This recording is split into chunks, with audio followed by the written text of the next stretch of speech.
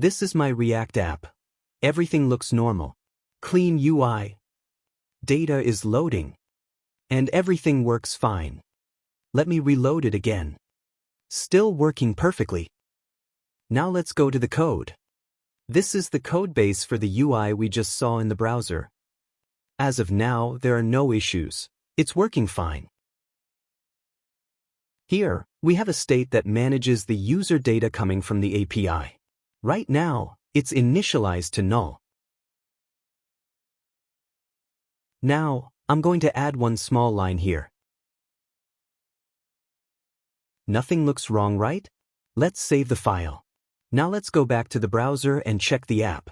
Let's refresh. And now we have a white screen. No UI, no error message, nothing. This is where most developers get stuck. But instead of guessing, let's debug this step by step. First, we need to inspect the browser and open the DevTools. Then, go to the Console tab. Whenever something goes wrong, like an error or a white screen, this should be the first place you check. Here, we can see a few error messages. The first step is to read the error and understand what it's saying. It shows that the error is in app.jsx at line 21. And the message says, cannot read properties of null, reading name. This means we're trying to access a property that doesn't exist at the time of rendering. Because of this, the app crashes, and instead of the UI, we see a white screen. Now let's go back to the code and fix this. We'll navigate to line 21 in app.jsx. This line is causing the issue. At first glance, it looks correct, right?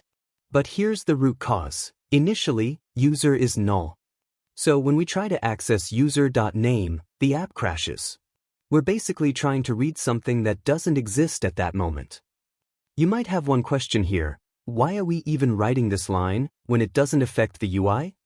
The reason is, during development, we often use logs to verify whether the data coming from the API is correct.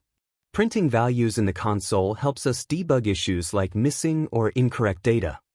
But in this case, it caused a problem because the data wasn't available yet. Now, we can fix this using optional chaining. Let's update the code and save the file. Now let's go back to the browser and refresh. And it's working. Notice something here.